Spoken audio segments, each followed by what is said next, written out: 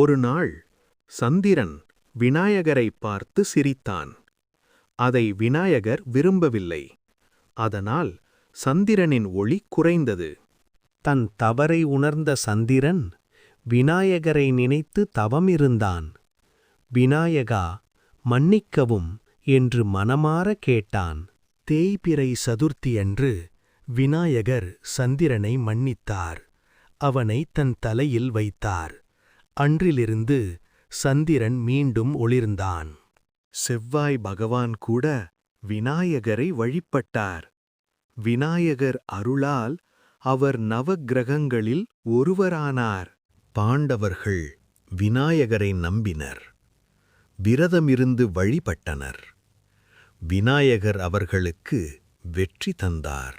நாமும் அன்று விநாயகருக்கு அருகம்புல் மோதகம் கொடுக்கலாம். மனசார வேண்டிக் கொள்ளலாம். சந்திரனை பார்த்து விநாயகரை நினைத்தால் எல்லா கஷ்டங்களும் போகும். வாழ்க்கை நல்லதாகும். சங்கடஹர கணபதி துணை இருக்க எல்லாம் நல்லதாக நடக்கும்.